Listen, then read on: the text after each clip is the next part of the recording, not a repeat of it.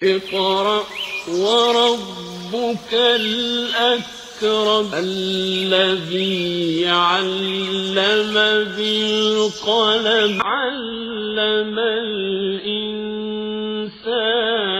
ما لم يعلم۔ بھٹکل میں گانجا فروخت کر رہے 2 نوجوانوں کو پولیس نے کیا گرفتار، ایک نوجوان فرار ہونے میں کامیاب۔ امر سنگھ معافی مانگ لے نہیں تو قانونی کارروائی کے لیے تیار رہیں، ابو عاصم اعظمی کا بیان۔ کشمیری پنڈتوں کی بازآباد کاری کا کوئی مخالف نہیں، گیلانی نے کہا پنڈت کشمیری سماج کا حصہ۔ بڑگام میں احتجاجی مظاہرین پر فوج کی فائرنگ، 25 سالہ نوجوان جاں بحق۔ سفر حج پر فرقہ پرستوں کی دھمکیاں، ریاستوں کو چوکس رہنے کی مرکز کی ہدایات۔ مسجد اقصی پر پابندی کا معاملہ، فلسطینی صدر نے کیے اسرائیل سے سرکاری تعلقات منقطع۔ اب خبریں تفصیل سے۔ بھٹکل شہر کے گلمی علاقے میں پولیس کی جانب سے کی گئی کارروائی میں گانجا فروخت کر رہے 3 نوجوانوں میں سے 2 نوجوانوں کو حراست میں لیے جانے کی اطلاعات فکر و خبر کو موصول ہوئی ہیں۔ اطلاعات کے مطابق جمعے کی شام 3 نوجوان ایک گھر کے باہر گانجا فروخت کرتے دیکھے گئے، جس کے بعد پولیس کی جانب سے کی گئی کارروائی میں ان میں سے 2 نوجوانوں کو حراست میں لیا گیا، لیکن ایک نوجوان فرار ہونے میں کامیاب رہا۔ پولیس کے مطابق ضبط شدہ گانجا 55 گرام ہے، جس کی قیمت 2000 روپے بتائی جا رہی ہے۔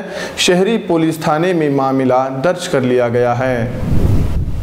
ممبئی مہاراشٹر سماجوادی پارٹی لیڈر و رکن اسمبلی ابو عاصم اعظمی نے راجیہ سبھا رکن پارلیمنٹ امر سنگھ کو قانونی نوٹس بھیج کر اس بیان کو واپس لینے کا مطالبہ کیا ہے جس میں امر سنگھ نے ایک نجی چینل کو دیے گئے ایک انٹرویو میں ابو عاصم اعظمی کو مافیا سرغنہ داؤد ابراہیم کا دستراز بتایا تھا۔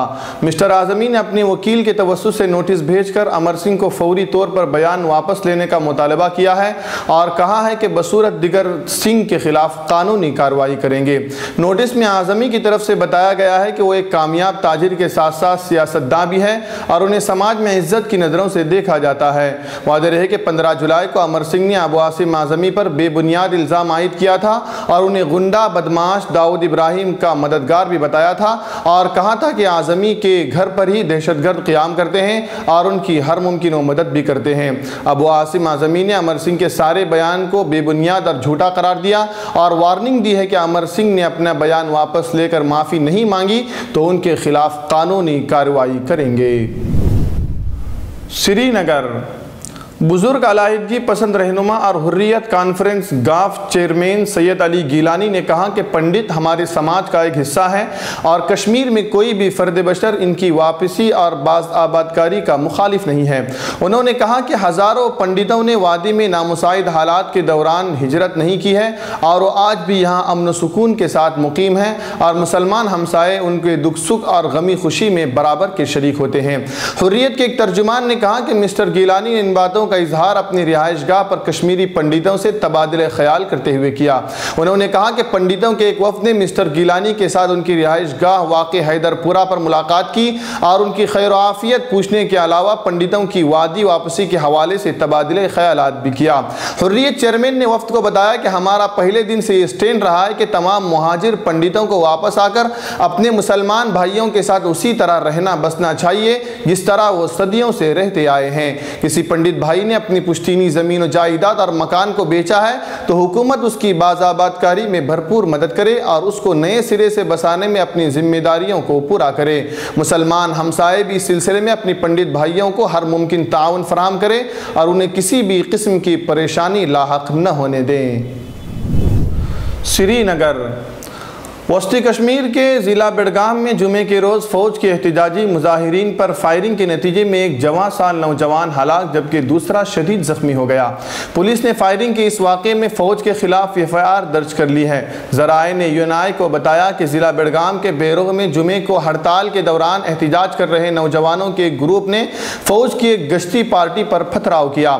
اس کے جواب میں فوجی اہلکاروں نے مبینہ طور پر احتجاجی نوجوانوں پر براہ راست فائرنگ کی جس کے نتیجے میں تنویر تنویر احمد پالا اور محمد ابراہیم وانی نامی 2 نوجوان شدید زخمی ہو گئے۔ ذرائع نے بتایا کہ اگرچہ دونوں کو قریبی اسپتال منتقل کیا گیا، تاہم وہاں ڈاکٹروں نے 25 سالہ تنویر احمد کو مردہ قرار دیا۔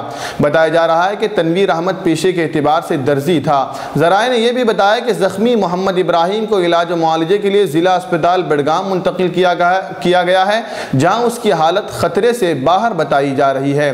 بیروس ایک صحافی نے یونائے کو فون پر بتایا کہ نوجوانوں کے گروہ نے علاقے میں فوج کی ایک گشتی پارٹی دیکھ کر پٹاخہ پھوڑا، جس کے نتیجے میں فوجی اہلکار مشتعل ہو گئے اور نوجوانوں پر فائرنگ شروع کر دی۔ حیدرآباد ملک میں گورکشکوں کی سرگرمیوں اور فرقہ پرست عناصر کی جانب سے سفر حج میں رکاوٹ پیدا کرنے کی دھمکیوں کے پیش نظر مرکز نے ریاستوں کو عازمین حج کے لیے خصوصی سیکورٹی انتظامات کی ہدایت دی ہے۔ عازمین حج کے قیام کے مقامات کے اطراف غیر متعلقہ افراد کی سرگرمیوں پر نظر رکھنے، حج کیمپ سے ایئرپورٹ کے سفر کے دوران عازمین کی صیانت کو یقینی بنانے اور ایئرپورٹ پر بھی خصوصی نگرانی کی ہدایت دی ہے۔ یہ پہلا موقع ہے جب مرکزی وزارت اقلیتی بہبود کے حج ڈویژن نے تمام ریاستوں اور مرکزی زیر انتظام علاقوں کے چیف سیکریٹریز کو رازدارانہ مکتوب روانہ کیا ہے۔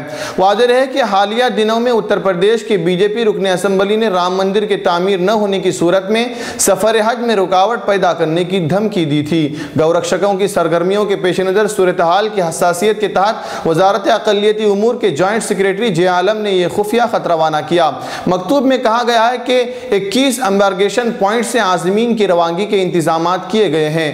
سفر حج کے سلسلے میں صورتحال کی نزاکت و حساسیت کو پیش نظر رکھتے ہوئے تمام ریاستوں کو عازمین کے محفوظ سفر اور قیام کو یقینی بنانے اور سیکورٹی انتظامات سخت کرنے کی ہدایات بھی دی گئی ہیں۔ یروشلم فلسطین کے صدر محمود عباس نے یروشلم کے ایک مقدس مقام کے قریب اسرائیلی سیکورٹی فورسز کی طرف سے لگائی گئی بندش کو ختم کرنے کا مطالبہ کرتے ہوئے اسرائیل کے ساتھ سبھی سرکاری تعلقات معطل کرنے کا حکم دیا ہے۔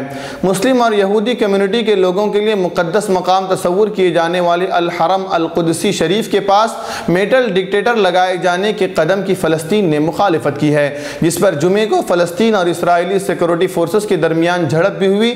اس جھڑپ میں 3 لوگوں کی ہلاکت کی تصدیق بھی کی گئی ہے۔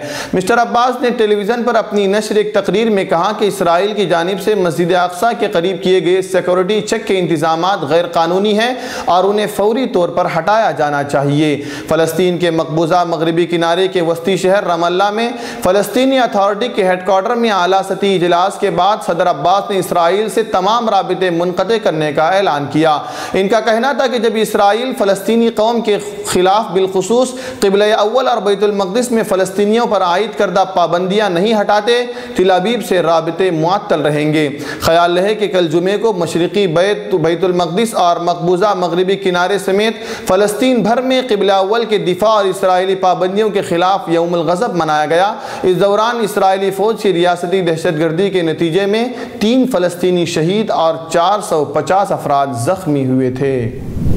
کیا آپ اپنے نئے گھر کے لیے ڈائننگ ٹیبل کھوج رہے ہیں؟ صوفہ سیٹ، ٹی ٹیبل، کیبنٹ الماریوں سے اپنا نیا گھر سجانا چاہتے ہیں تو جلدی کریں۔ مدینہ کالونی میں واقع علی ایجوکیشنل بک ہاؤس میں آپ کو رعایتی داموں کے ساتھ بہترین اور عمدہ کوالٹی کے صوفہ سیٹ، ڈائننگ ٹیبل، کیبنٹ الماریاں، ٹی ٹیبل اور نت نئے ڈیزائن کے آپ کے پسند کے فرنیچر دستیاب ہیں۔